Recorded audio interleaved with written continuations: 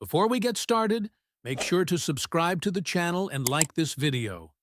That way, you'll always stay connected to our stories and never miss the next adventure. Pinnacle Station wasn't supposed to have emergencies on a Wednesday. Wednesdays were supposed to be calm, boring even. The kind of day where Corporal Sienna spent her shift reorganizing medical supplies and pretending to care about inventory reports. The kind of day where the most exciting thing that happened was someone getting a paper cut, if the galaxy still used paper, which it mostly didn't. But apparently, nobody had informed the universe about Wednesday's sacred status as the least dramatic day of the week. The first sign of trouble came as a sound, a shriek that could have shattered glass if glass wasn't already obsolete on most military installations. It was the kind of noise that made every hair on Sienna's arms stand up. The kind that triggered old combat instincts she'd worked really hard to ignore during peacetime.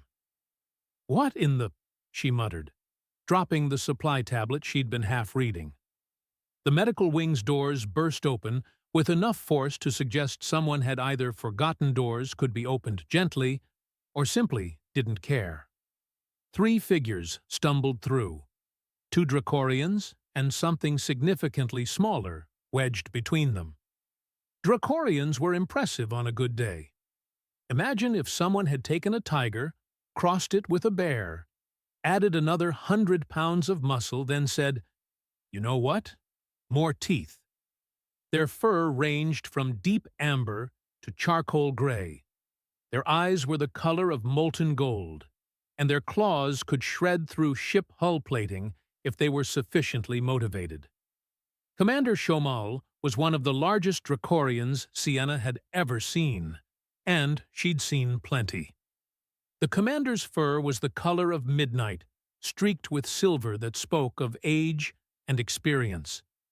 Right now, that impressive figure was cradling something against his chest, moving with the kind of careful panic that only a parent could manage. The something was Griff, Shomal's cub, and Griff was screaming. "Medical assistance, now!" Shomal's voice was a roar that rattled the equipment on the walls. Sienna was already moving before her brain fully caught up with the situation. That was the thing about being a field medic. Your body learned to respond before your conscious mind finished processing. Thinking took time. Time killed people. Examination table 3, lay him down, carefully. She was at the table before Shomal, clearing it with one sweep of her arm. Scanners, data pads, someone's forgotten coffee mug, all of it clattered to the floor. Shomal lowered Griff onto the table with a gentleness that contradicted his size. The cub was maybe 60 pounds of fur and fear, his coat a lighter version of his father's, marked with the spots that would fade as he aged.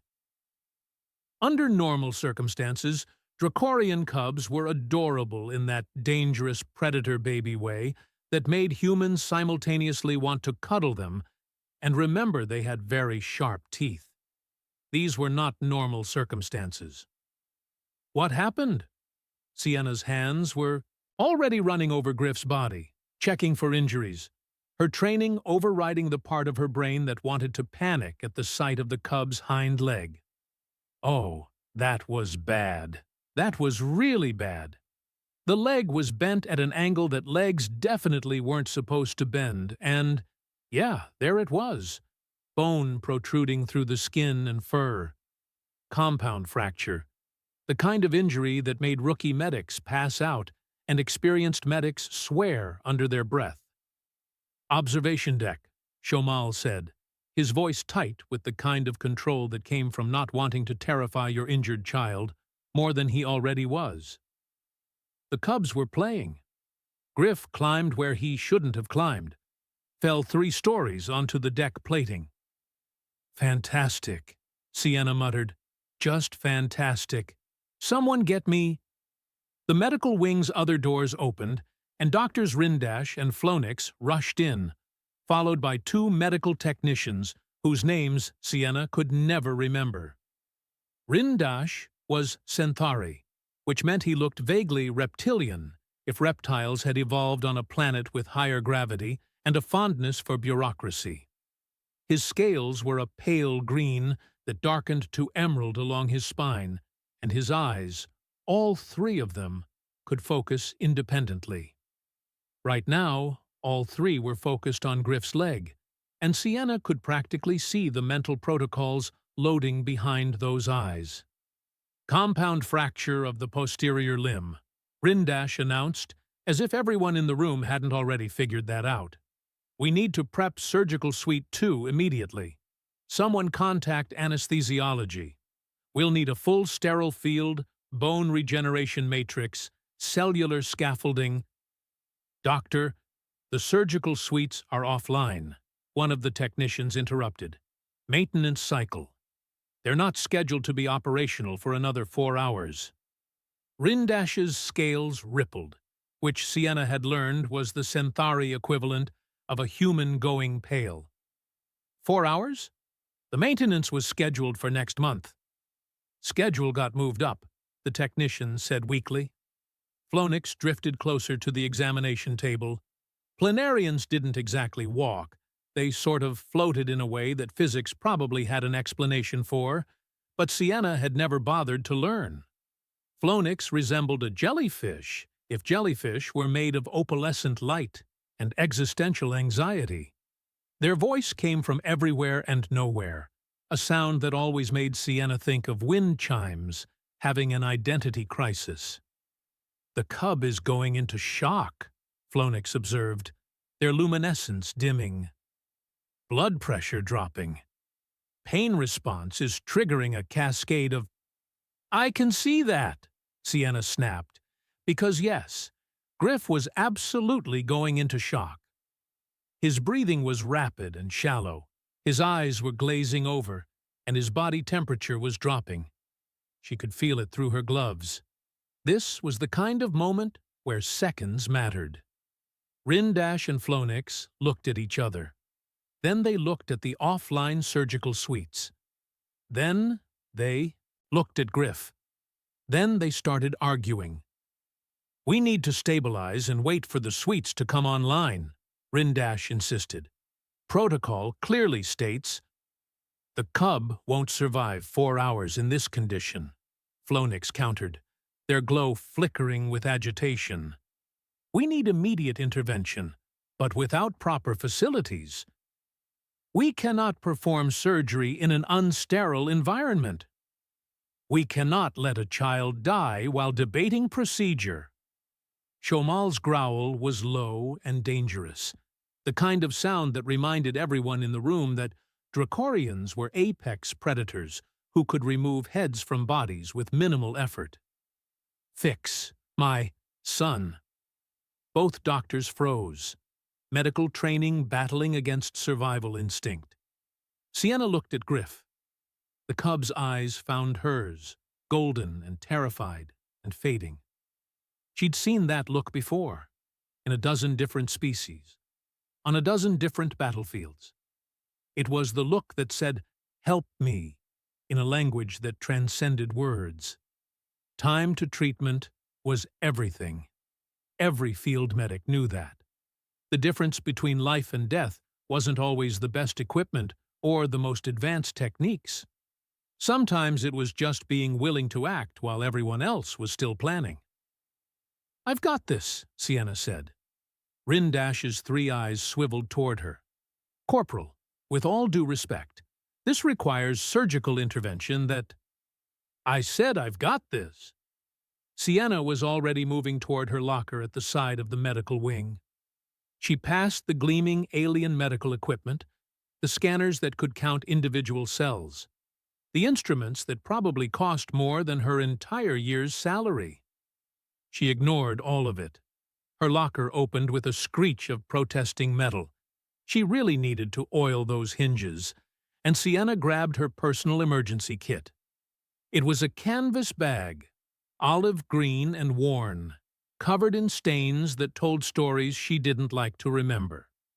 The bag had been with her through 3 tours, 2 evac missions, and one incident that was still classified. It looked like garbage compared to the sleek alien medical technology surrounding them. It was also about to save Griff's life. Sienna dumped the bag's contents onto a nearby tray. Duct tape, the good military-grade stuff, not the civilian nonsense.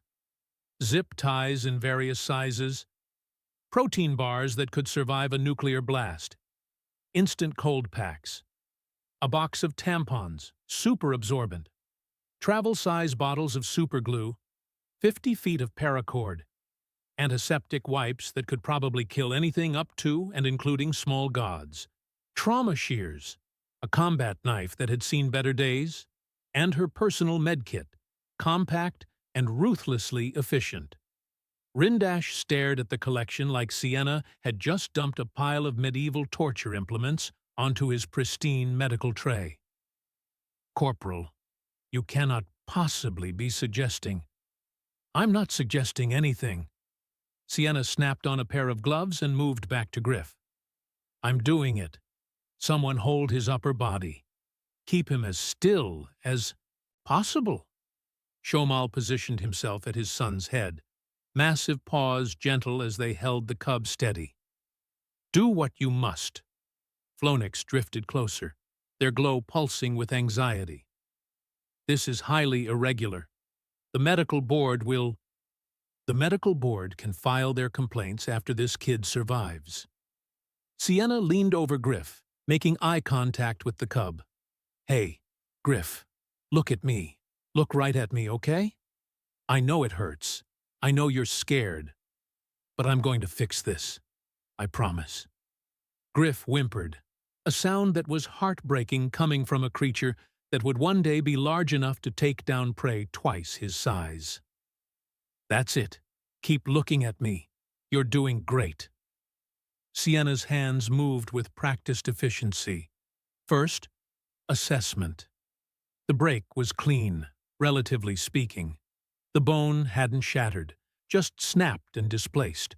The bleeding was significant, but not arterial. Good. She could work with this. She grabbed the trauma shears and started cutting away fur around the wound site. "What are you? You can't just—" Rindash sputtered. "Watch me."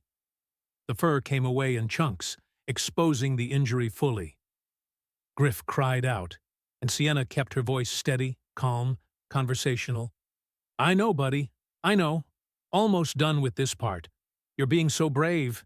Your dad's right here." Shomal's voice was a rumble. "I am here, little one. Be strong." Antiseptic wipes next. Sienna cleaned the area around the wound with quick, thorough motions. The wipes came away stained with blood and dirt. She tossed them aside and grabbed a fresh pack. "This is barbaric," Rindash said, but he'd stopped trying to intervene. He was watching, all three eyes fixed on Sienna's hands. "This is field medicine," Sienna corrected. She finished cleaning and sat back for half a second, planning her next move. "Okay, now comes the fun part." The bone needed to be set. There was no way around it. No time for anesthetic to take effect, no fancy equipment to do it gradually and gently. Just physics, anatomy, and the willingness to cause short-term pain to prevent long-term damage. Sienna positioned her hands on either side of the fracture. "Shomal, hold him tight. This is going to hurt. Do it." She pulled, pushed, aligned. The bone slid back into place with a sound that would haunt her dreams for the next week. A wet crunch that echoed in the suddenly silent medical wing. Griff screamed. Shomal held him. Flonix's glow dimmed to almost nothing. And Rindash swayed slightly, his scales going from green to a distinctly grayish shade. "Don't you dare pass out," Sienna warned without looking up. "I need this space clear." The bone was aligned. Not perfect, she wasn't a surgeon, but good enough. In the field, good enough kept people alive. Perfect got people killed while you were still planning. Now, stabilization. Sienna grabbed 2 pieces of broken chair leg from the debris pile in the corner, left over from when that Krillian diplomat had gotten drunk, and decided to test their strength against station furniture. She'd been meaning to throw them out. Instead, she positioned them on either side of Griff's leg. "Splint," she announced. "Duct tape." She wrapped the tape around the splint and leg with the kind of precision that came from doing this exact procedure more times than she wanted to count. Tight enough to hold. Not so tight, it cut off circulation. Around and around, silver tape catching the light, looking absurdly low-tech in the gleaming medical wing. "This is insane," Rindash whispered. "This is working," Sienna countered. She grabbed the instant cold packs, cracked them to activate the chemical reaction, and positioned them around the injury site. "Reduces swelling. Basic biology." From her personal medkit, she pulled out a preloaded syringe. Painkiller. Human grade. But she'd done enough cross-species emergency medicine to know the dosage conversions. She'd memorized them the first week on station, because you never knew when you'd need them. "What is that?" Flonix asked, drifting closer. "Pain management." Sienna checked the dosage, adjusted for Dracoran metabolism, and administered the injection. "He's stable. Bones set. Swelling's controlled. He'll need proper surgery once your suites are online, but this will hold until then." She stepped back, peeling off her gloves. Her hands were steady. They were always steady during the emergency. It was after that they shook. Griff's breathing had slowed. The panic in his eyes had faded to exhaustion. He was still in pain.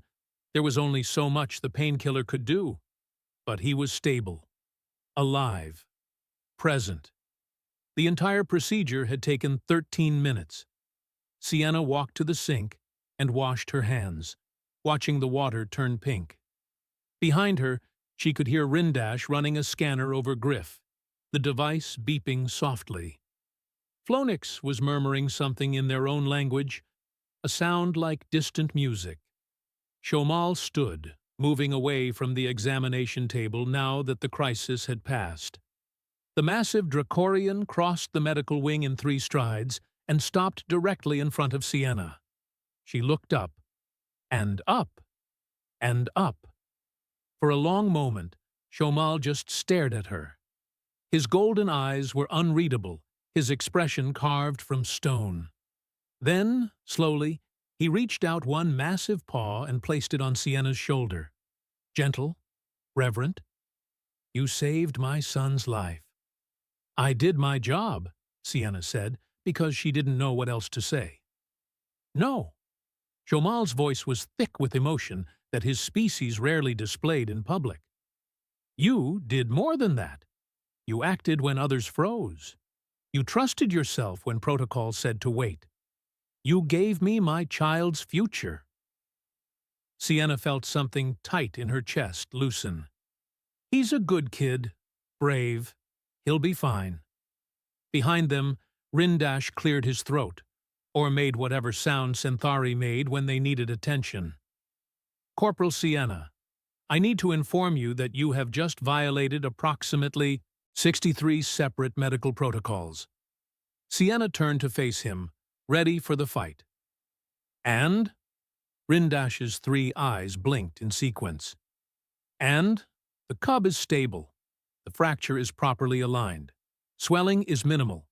Pain is managed." He paused, scales rippling with something that might have been confusion. "I am uncertain how to file my report." "File it as a success," Sienna suggested.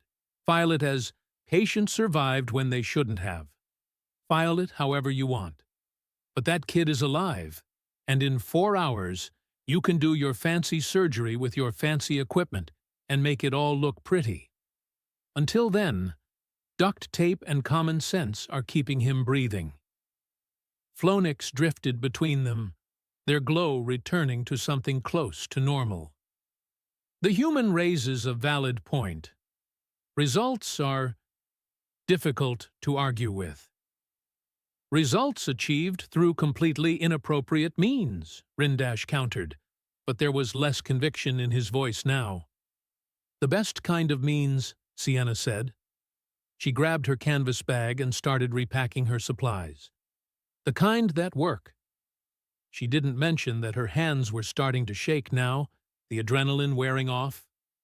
Didn't mention that she was running through every decision she'd made, questioning each one now that the immediate crisis had passed. That was the thing about field medicine. During the emergency, you were fine. After was when the doubts crept in. But Griff was alive. His leg would heal. And sometimes that had to be enough. Sienna glanced back at the examination table where the young Dracoran lay, his father standing guard beside him, one massive paw resting gently on his son's head. Wednesday was supposed to be boring. Thank God it wasn't. The next 2 hours passed in a strange bubble of tension and quiet activity. Griff slept, aided by the painkillers and sheer exhaustion. Shomal refused to leave his side, a mountain of fur and protective instinct planted beside the examination table like a statue carved from devotion. Sienna monitored the cub's vitals, checking circulation in the injured leg every 15 minutes, adjusting the cold packs, making sure the duct tape splint held firm. It held. Of course it held. Duct tape had been holding humanity together since before they'd figured out space travel. Why should alien medicine be any different? Rindash and Flonix occupied themselves with running every scan their equipment could manage, as if enough data could somehow retroactively justify or condemn what Sienna had done. The medical bay hummed with the sound of their instruments, a technological orchestra playing a song of confusion and reluctant fascination. Other station personnel started appearing. Word traveled fast on Pinnacle Station, and apparently human medic performs emergency surgery with tape and chair parts was the kind of story that spread faster than a hull breach warning. Commander Oren stopped by, the station's second-in-command, a Quellan whose species resembled walking crystals with opinions. "Is it true?" Oren asked, their facets refracting the medical bay's lights into rainbow patterns. The human used primitive tools?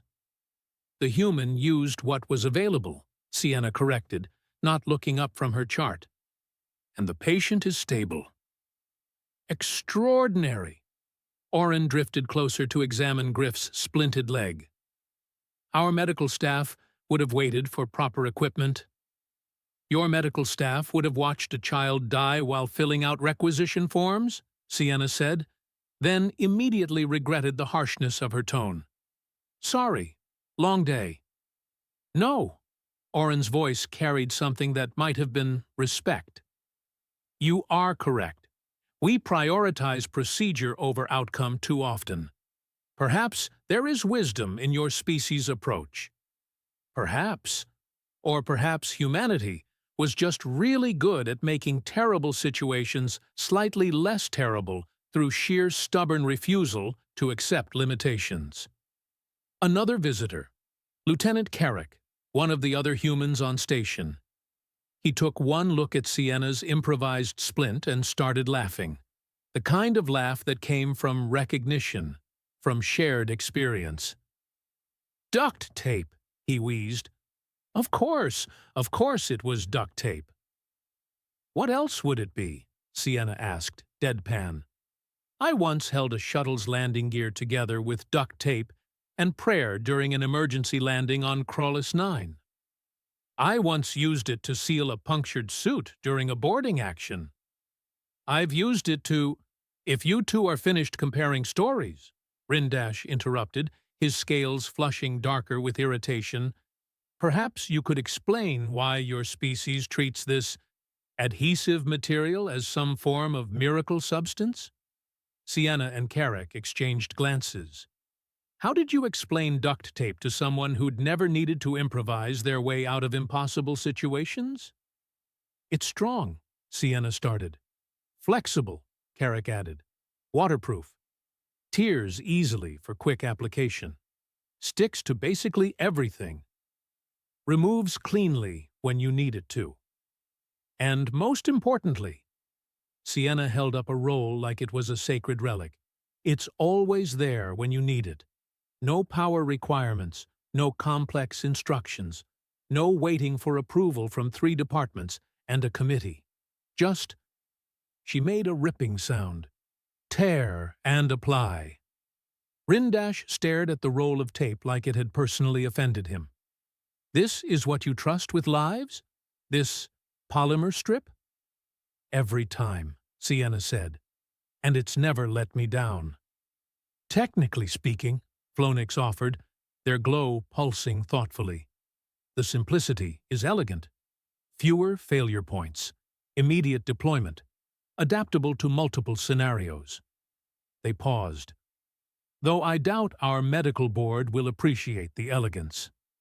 As if summoned by the mention, Sienna's communication device chirped. She glanced at the message and felt her stomach drop. Medical review. Board. Formal inquiry scheduled. Your presence required. 0900 tomorrow. Well, Sienna said, showing the message to Carrick. That was fast. They're going to crucify you, he said, not unkindly. You know that, right? Probably. Sienna looked at Griff, still sleeping peacefully, his chest rising and falling in steady rhythm. Worth it, though. Shomal's voice rumbled from beside the examination table. They will have to go through me first. Commander, I appreciate that, but no. The Dracorian's eyes glowed in the medical bay's dim lighting. You saved my son, when others would not act. The Dracorian people do not forget debts of life. If they wish to punish you for choosing action over protocol, they will answer to me, to my entire clan. It was touching. It was also probably going to make the whole situation worse, but Sienna appreciated the sentiment. The hearing room was designed to be intimidating. Sienna supposed that was the point. High ceilings that made individuals feel small. Seating arranged in a semicircle that put the accused at the focal point of everyone's attention. Lighting that somehow managed to be both too bright and too cold. The whole setup screamed, "You are being judged," in a way that transcended species and language. She sat in the designated chair, human-sized, at least they'd gotten that right, and waited. The medical review board consisted of 5 members, representing the major species on Pinnacle Station. Dr. Rindash sat on the left, his scales polished to bureaucratic perfection. Dr. Flonix hovered beside him, their luminescence muted to something appropriately serious. The other 3 members were strangers, a Quellan administrator whose name badge read Adjudicator Mirth, a plenarian elder called Wisdom Polshant, and a Dracorian medical officer, Dr. Shanka, whose presence was clearly meant to prevent accusations of species bias. The gallery behind Sienna was packed. She'd glanced back once when entering and immediately regretted it. Seemed like half the station had showed up. Shomal stood in the back, arms crossed, radiating protective menace. Other humans clustered together, a small island of solidarity. Various alien personnel filled the remaining spaces, their expressions ranging from curious to hostile. Adjudicator Mirth spoke first, their crystalline voice echoing off the walls. Corporal Sienna, you stand before this board to answer for your actions on Wednesday afternoon regarding the treatment of juvenile patient Griff, son of Commander Shomal. Do you understand the nature of these proceedings? I do, Sienna said. Her voice came out steadier than she felt. Dr. Rindash, please present the board's concerns. Rindash stood, holding a data pad that probably contained more information than anyone wanted to hear. His three eyes focused on Sienna with something that might have been regret mixed with professional obligation.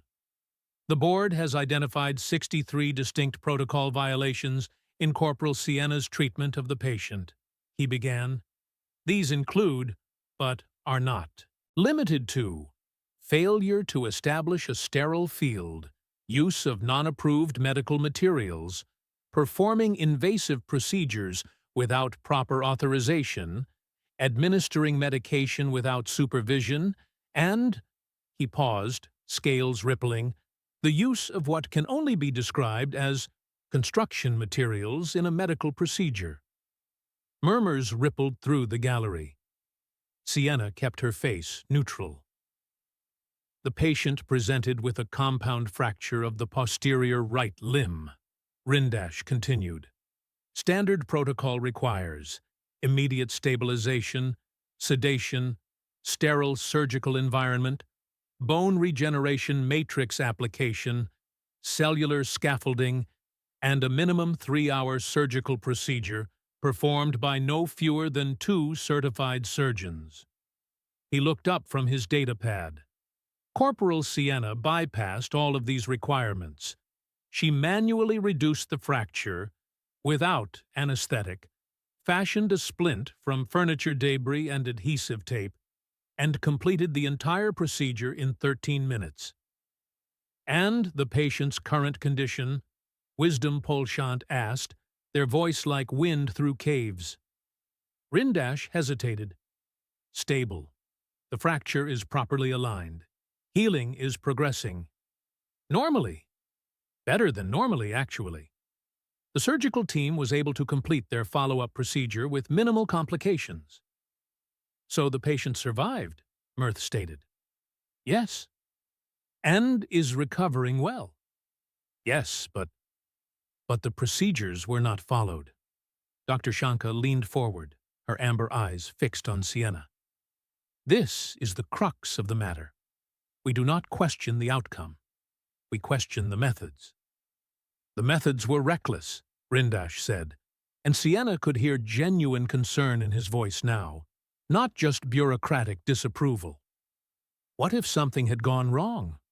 What if the bone had been set incorrectly? What if infection had occurred? What if the patient had died while we waited for perfect conditions? Sienna interrupted. She hadn't planned to speak yet, but apparently her mouth had other ideas. The room went silent.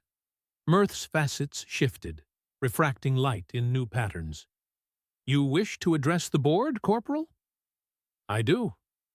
Sienna stood, because sitting made her feel like a child being scolded, and she was done feeling that way. May I? Proceed. Sienna pulled out her own datapad, borrowed from Carrick since hers was currently evidence, and connected it to the room's display system. I'm not a surgeon. I'm not a specialist. I'm a field medic. Do you know what that means in human military terminology? She didn't wait for an answer. It means I'm trained to keep people alive in the absolute worst conditions imaginable. No power, no equipment, no backup, no time. Just me, my kit, and whoever's bleeding out in front of me. The display lit up with statistics. Human combat medics have a 96% survival rate for traumatic injuries in hostile environments. That's higher than any species in the Galactic Medical Database. Want to know? Why? She advanced to the next slide. Because we're trained to prioritize outcomes over procedure. We're trained to improvise. We're taught that a messy solution that works right now is worth more than a perfect solution that arrives too late. This is not a battlefield, Rindash objected. It was for Griff. Sienna pulled up the medical scans from that day. Look at these readings. Blood pressure dropping, shock setting in, pain levels off the charts. Every minute we waited, his chances of survival decreased. Your protocols required 4 hours minimum. He didn't have 4 hours. She advanced to footage from the medical bay's security system. She'd requisitioned it that morning. This is the moment I made my decision. Watch the timestamps. Dr. Rindash and Dr. Flonix are debating procedure. Valuable time passing. Griff's vitals deteriorating. I had two choices: wait and hope, or act and adapt. The footage showed her dumping her kit onto the tray. Several board members shifted uncomfortably. Were my methods unorthodox? Absolutely. Were they risky? Sure. But I assessed the situation and determined that the risk of acting was lower than the risk of waiting. That's what field medics do. We make those calculations in seconds, and we live with the consequences. Sienna pulled up comparative data. Here's the interesting part. I tracked down records of similar injuries treated on Pinnacle Station over the past 5 years. 8 cases, all treated with full protocol compliance.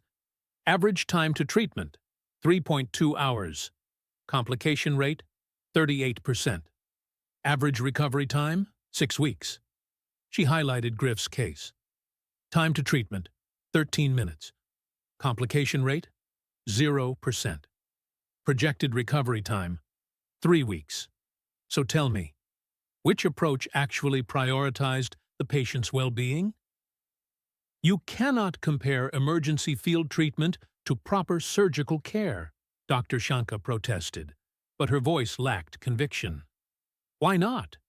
We're both trying to achieve the same goal: patient survival and recovery. I just get there faster and with less complexity. Wisdom Paulchant's glow pulsed. The board acknowledges your results, Corporal, but medicine requires more than results. It requires trust in established systems, faith in proven procedures. With respect, Wisdom, that sounds like medicine designed for the comfort of doctors, not patients. Sienna knew she was pushing her luck, but she was committed now. Your systems work great when everything goes according to plan. But emergencies don't care about plans. They don't wait for proper authorization or ideal conditions. She pulled up one final piece of data. Human military field medicine documentation. 10,000 years of recorded history of humans doing whatever it takes to keep each other alive. Battlefield surgery, improvised equipment, unorthodox solutions. And you know what the common thread is? It works. Messy, brutal, unconventional. But it works. That word, Rindash said quietly, brutal. You use it without shame. Because brutality and cruelty aren't the same thing. Sienna met his three-eyed gaze. Brutality can be clinical, efficient. Sometimes the fastest path through a problem is the one that looks harsh from the outside. I caused Griff pain when I set that bone. It was brutal. But leaving him in agony for hours while waiting for perfect conditions, that would have been cruel. The room fell silent again. Sienna could hear her own heartbeat, could feel the weight of dozens of eyes on her. Then Shomal's voice rumbled from the back of the gallery. May I speak? Mirth's facets shifted. Commander, this is highly irregular. My son lies at the center of this inquiry. I claim right of testimony. The board members exchanged glances. Whatever complicated regulations governed their proceedings apparently included provisions for parental input. Proceed, Mirth said. Shomal moved forward, and the crowd parted like water around a ship. He stopped beside Sienna's chair, standing because no furniture in the room could accommodate his size, and placed one massive paw on her shoulder. This human saved my child's life, he said, his voice carrying the weight of absolute certainty. Not through procedures or protocols or perfect conditions, through courage, through skill, through the willingness to act when others froze. His golden eyes swept the board. You speak of violations and unauthorized methods. I speak of a parent's gratitude. You speak of what should have been done. I speak of what was done, and what mattered. My son lives. He laughs. He runs, already, though his leg still heals. He has a future because this human refused to let procedure override necessity. Shomal's paw tightened slightly on Sienna's shoulder. Judge her methods if you must, but know that the Dracoran people honor debts of life above all else. She has earned our protection, our respect, and our loyalty. Punish her for saving my child, and you answer to me, to my clan, to every Dracoran who understands that results matter more than regulations. It was the kind of speech that ended debates. Sienna felt something in her chest tighten. Gratitude mixed with embarrassment, mixed with the uncomfortable realization that she'd made a very powerful ally. Mirth's facets went dark, then bright, then dark again. The board will adjourn to consider all testimony. Corporal Sienna, you are dismissed while we deliberate. Sienna stood, nodded to the board, and walked toward the exit. The crowd parted for her, too. As she passed through the doors, she heard voices rising behind her. Debate, argument, the sound of systems wrestling with reality. Outside, Carrick was waiting. Well, you either just saved your career or ended it spectacularly. Guess we'll find out, Sienna said. She felt exhausted, the kind of bone-deep tired that came from defending decisions she'd already made and couldn't take back. For what it's worth, Carrick said, you did the right thing. Yeah, Sienna leaned against the wall. I know. The board deliberated for 90 minutes. Sienna spent that time in the station's observation lounge, staring out at the stars and trying not to think about what would happen if they ruled against her. Court-martial? Dishonorable discharge? Permanent ban from medical practice? She'd saved a life, but bureaucracies had ended careers for less. Carrick sat beside her, not talking, just present. That was the thing about other humans. They understood when silence was support. Her communicator finally buzzed. Board has reached decision. Return to hearing room. Here we go, Sienna muttered. The walk back felt longer than it should have. The corridor seemed to stretch, each step echoing with more weight than the last. When she entered the hearing room, the crowd had somehow grown larger. Apparently word had spread that the verdict was imminent, and everyone wanted to witness either vindication or execution. She took her seat. The board members looked complicated. That was the only word for it. Rindash's scales shifted through multiple colors. Flonix's glow pulsed irregularly. Even Mirth's usually stable crystalline structure seemed somehow agitated. Corporal Sienna, Mirth began, this board has completed its review of your actions. We have considered the testimony, examined the evidence, and debated the precedents at length. Here it comes, Sienna thought. The board finds that you violated 63 separate medical protocols in your treatment of patient Griff. Mirth's voice was formal, carefully neutral. These violations cannot be dismissed or ignored. Procedure exists for purpose. Standards protect both patients and practitioners. Sienna's stomach sank. However, Mirth's facets shifted, catching light in new patterns. The board also finds that your actions directly resulted in the preservation of life in circumstances where standard protocols were unavailable. Your decision-making process, while unorthodox, demonstrated sound medical judgment and appropriate risk assessment. Wait, was that? Therefore, this board issues the following ruling. Corporal Sienna will receive an official reprimand for protocol violations to be entered into her permanent record. Mirth paused. She will also receive a commendation for exceptional performance in crisis response and life-saving intervention.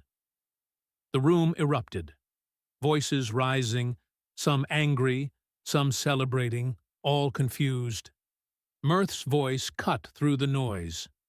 Furthermore, this board recognizes that human emergency medical techniques, while unconventional by our standards, demonstrate effectiveness that cannot be dismissed. As such, we are mandating that all Pinnacle Station medical personnel undergo training in human field medicine improvisation methods. Sienna's brain stuttered. I'm sorry, what?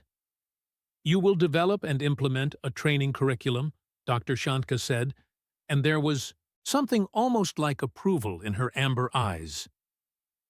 If human medics can achieve superior outcomes in crisis situations, then we would be negligent not to learn from those techniques. Rindash stood, his scales settling into a resigned shade of green. The board further assigns Dr. Rindash to work alongside Corporal Sienna in curriculum development to ensure proper integration of improvised techniques with established medical knowledge. From his expression, Rindash was about as thrilled with this assignment as someone facing a root canal. But he nodded. I will do my best to maintain an open mind. That's all I ask, Sienna said, still processing. She'd walked in here expecting condemnation and walked out with a promotion, a teaching position, and the galaxy's most reluctant study partner. This hearing is concluded, Mirth announced. Corporal Sienna, you are restored to full duty effective immediately. The gavel came down, or whatever the crystalline equivalent of a gavel was, and suddenly everyone was moving. Shomal pushed through the crowd first, and Sienna barely had time to brace herself before the massive Draoran pulled her into a hug that would have cracked ribs if he wasn't being careful. Thank you, he rumbled, for my son, for everything. Just doing my job, Sienna wheezed, because breathing was becoming theoretical. No, you did far more. Shomal released her and reached into a pouch at his belt. He pulled out something small and gleaming, a medallion carved from what looked like obsidian, etched with symbols Sienna didn't recognize. This is a Draoran honor token. Clan Shomal offers you our protection and friendship, now and always. Sienna took the medallion, feeling its weight in her palm. I don't know what to say. Say you will visit Griff. He asks about you constantly. He calls you the Tape Warrior. That startled a laugh out of her. The Tape Warrior? Young ones create their own legends. Shomal's expression softened. You are his hero. That is no small thing. Other well-wishers crowded in. Carrick and the other humans offering congratulations mixed with good-natured ribbing. Various alien personnel, some apologetic for doubting her, others simply curious about human medicine. Even a few members of the medical staff looking at her with new respect.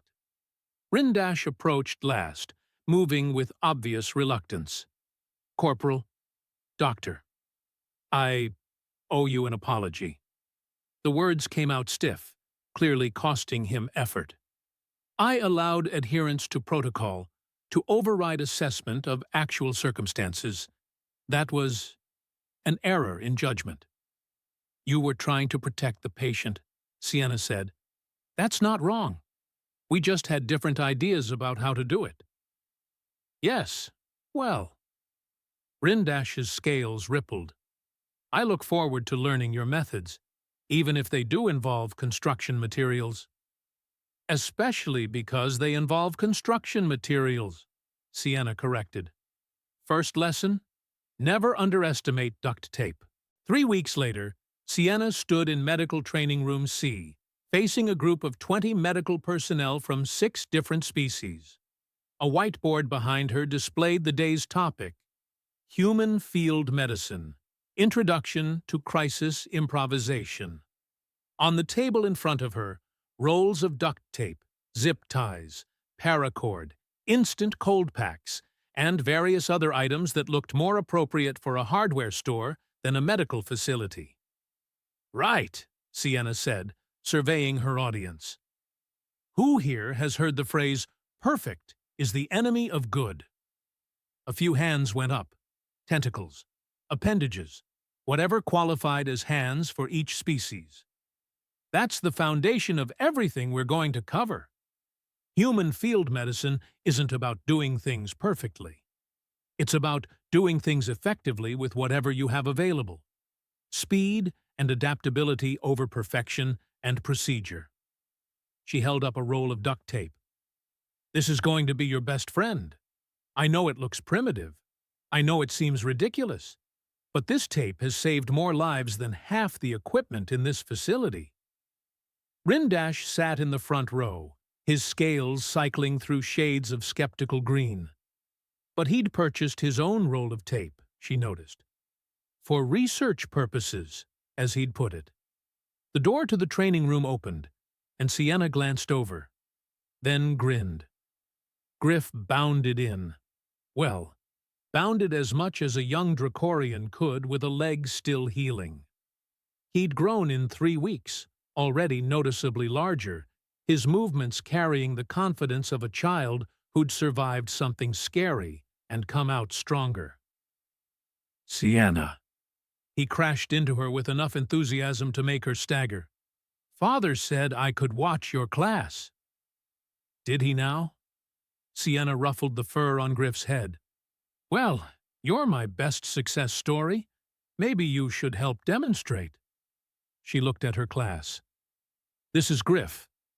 3 weeks ago, his leg looked like it had lost an argument with gravity.